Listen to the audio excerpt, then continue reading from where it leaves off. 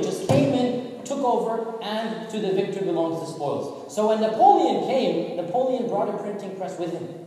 And therefore, the first printing press to operate under non-Muslim rule in Arab lands was from Napoleon. But the prohibition remained for another 35 years until finally, around 1825 or so, the Ottomans finally had to collapse.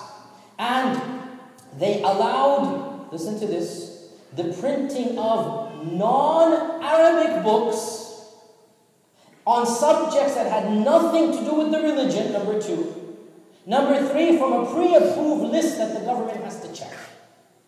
3 conditions. You cannot print anything in Arabic. Even if it's in Turkish, it has to be about astronomy, not about the Quran. You cannot print religious education. And it has to be from a pre-approved government list. The government has to monitor everything that is being printed. And therefore, the first printing presses to really begin to function in Islamic lands, 1840, 1850, 1860, finally run by Muslims. And then of course in the peripheral regions, these conditions of the Ottomans ceased to apply. So finally, Al-Bulaq press in Cairo around 1840, 1850 or so, finally began to print scholarly books for the very first time ever in the history of humanity. Fath al-Bari, Tafsir Ibn Kathir, these famous books were printed around 1860, 1870, 400 years after Gutenberg has printed his Bible. 400 years after Europe has managed to reach a whole new level. And now for the first time, Muslims are saying, okay, yallah, bismillah. To drive the point home, there were printing presses in Tahiti before there were printing presses in Cairo. Books were being printed in Hawaii before they were being printed in Damascus. Think about that. Damascus and Cairo, the capitals of Islamic intellectual civilizations, there are no books at all to buy that are printed. If you want a book, what do you have to do? Sit down and copy it. Now, obviously, what's going to happen? Well, knowledge is going to be restricted. So the question arises, why did the scholars, why were they so narrow-minded? I mean, every one of us sitting in this room obviously understands the importance and the needs for books. Why were they so narrow-minded? Many reasons. But the number one reason was they felt that this would challenge the authority of Islam. Islamic scholarship must be controlled by the ulama. If we were to start printing Fath al-Baris, printing Sahih al-Bukhari, printing Ibn Kathir, well, anybody could read it then, right? And if everybody read it, then they might become knowledgeable, right? But then, where are the scholars? So, what are we going to do? You guys follow me? The exact same mentality that, who else had? Chinese. Who? The Chinese. The Chinese before. Catholics. The Roman Catholics. Oh, the Chinese before. The Roman Catholics, the exact same, the Catholic Church. We want to keep our peasants illiterate. We want to keep our populations backward. But the scholars, inshaAllah, they had some husn al-dhan. We have some husn al-dhan for them. They had some good intention. The point was, we don't want to create, well, you know, let's be modern here. We don't want to create a Shaykh Google and a Mufti Wikipedia. That's basically their fear, right? That was their fear. We don't want to create a do-it-yourself, sit at home, read a few books, and then become a scholar type of person. So they had, deep down inside, we're not doubting their sincerity, they had this sense of protecting Islam. But, and you know, the fact of the matter is, subhanAllah, that's exactly what did happen. We do have Shaykh Googles and Mufti Wikipedias, right? We do have people who have never studied Islam traditionally, but they think they're muftis and alims. A dime a dozen, isn't that true, right? Every second guy is a mufti, mashallah, right? Yeah, I think there's a verse in the Quran that says that. You know? I think some fatwa I heard somewhere. You hear this all the time. Isn't that true? However, despite all of that, Islam is still managing, isn't it? Right? And we can still sift through the Shaykh Wikipedias from the real Sheikhs, right? We can still sift through the Mufti Googles from the real Muftis. Isn't that true? Anybody with intelligence can look between a fake and a fraud and a real person. But the scholars were scared.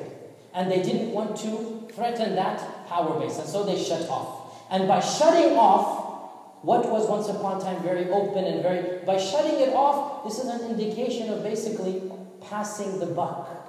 giving other people the opportunity to go forward where they themselves should have taken the lead. You know what they should have done? They should have embraced this technology and then incorporated it into the curriculum. You see, their problem was, we have an ijazah system. We have a system of teacher-student, teacher-student.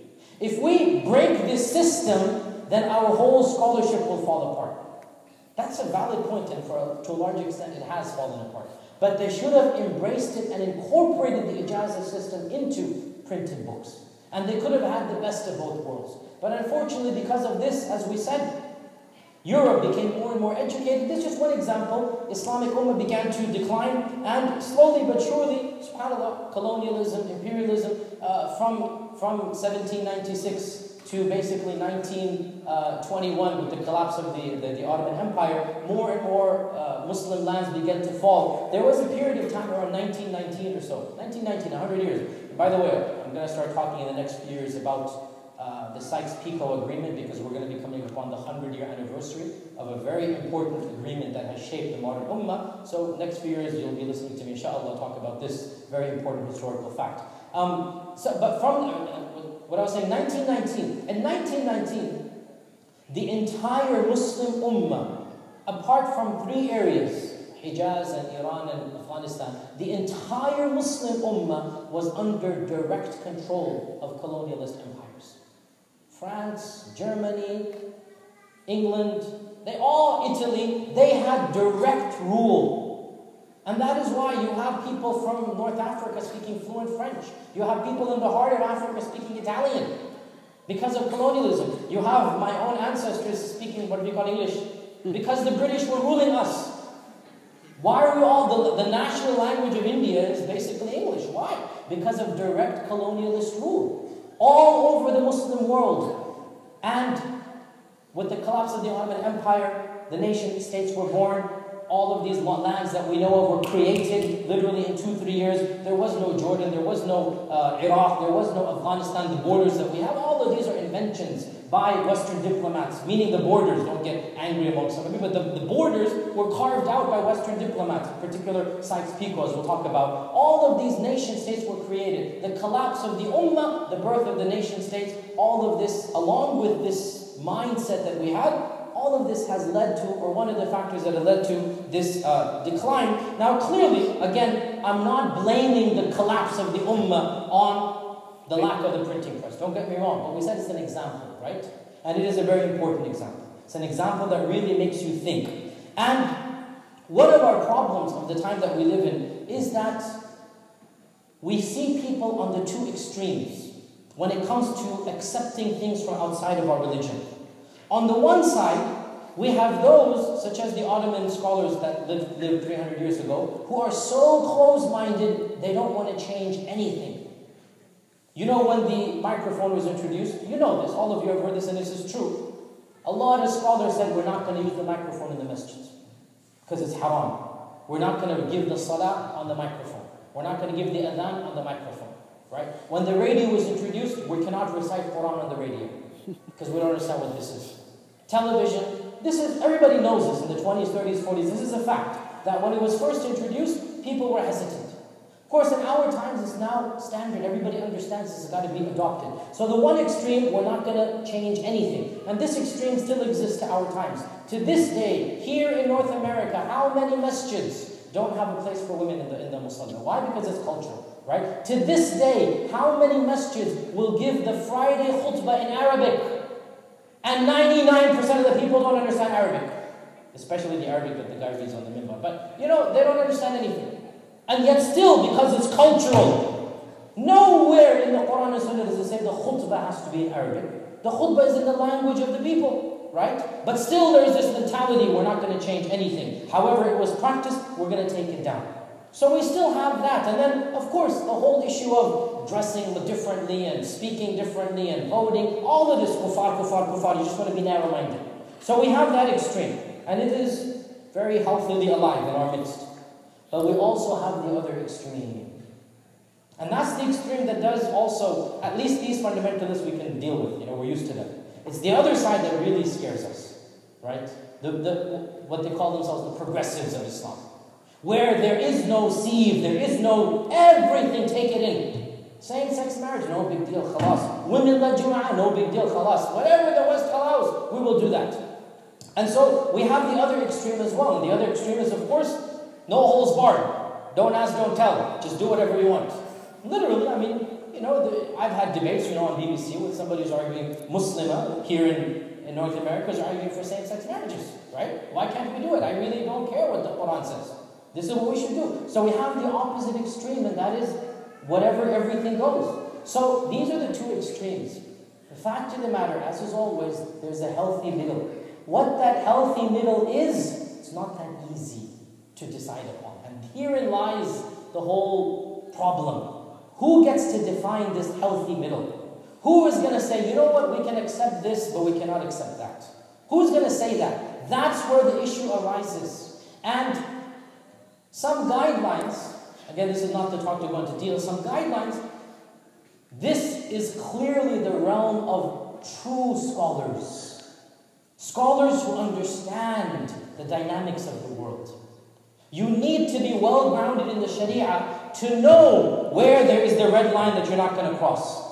Same-sex marriages should never be morally justified in Islam. Never. The Sharia is too clear on that. But women inside the masjid, having their prayer spaces inside the masjid, this should be fard ayn on every masjid. That every masjid should allow women to come inside. There should be no masjid that has no women policy. There should be inside the masjid with the men to hear, to listen. Now, here we have issues of where should they be, upstairs, downstairs, behind the curtain, left and right. There's some area of ijtihad. We can discuss this on a case by case. But me personally, I don't feel comfortable ever with astaghfirullah, a woman leading or a woman, this is beyond the Sharia. It should not be done. This is the red line. And I don't think any scholar will allow this. But we can allow other things. Personally, for example, I'm very much for women being on the boards of the masajid. We should have a feminine voice on the boards of the masajid telling us what we need to know. There should be a representative from the sister side, from the youth side. I'm very much for this. Many other things. Let me give you an example. And the reason I'm giving this example is to give you the point that here you are, every one of you in this room, for sure, is thinking, how could anybody have been so stupid as to ban the printing press? The fact of the matter is every one of us is grappling with the same thing in our times. I have a vision one day, inshaAllah ta'ala, I will do it in our masjid that I am a part of, right? When I do it, I'm going to get a huge backlash, maybe even from some people in this room. Because I'm very firmly of the opinion, be ready, everybody ready? You ready? Take a deep breath. I'm very firmly of the opinion that the khutbah should be delivered not only in the language of the people, but so that they understand it the best. And in order to do so, if we facilitate this by using PowerPoints and slides, by handing out at the end of the khutbah a summary list and a sheet of the main points, right? I think this is something that is common sense. The purpose of the khutbah is to get the message across. Why can't we have a PowerPoint presentation? Why can't during the khutbah, I be going point number 1, point number 2, click, click, and I go on, and I explain. So that by the end of the khutbah, we have more information retained. Now for many of you,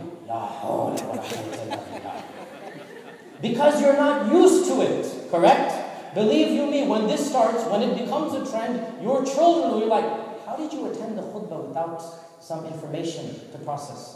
It was just a guy on the minbar. I mean, they wouldn't understand. Just like in our times, we don't understand how does somebody without a microphone, give a khutbah in a large audience, for example, right? It's just a matter of understanding. Where in the Sharia does it say you can't have a PowerPoint? This is something, it goes back to the cultural, the technological issues of the time, and so on and so forth, many other issues. Conclude with one point, and again, SubhanAllah, brothers and sisters, we don't have the time to be politically correct anymore. Wallahi, things are changing so fast.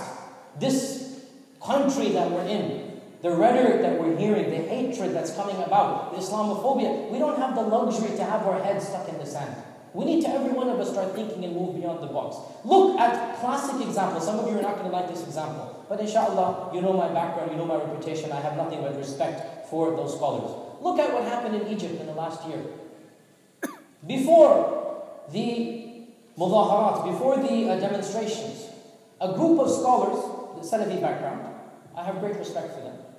Their fatwa unanimously, there was not one person of that background who had anything other than this. It is haram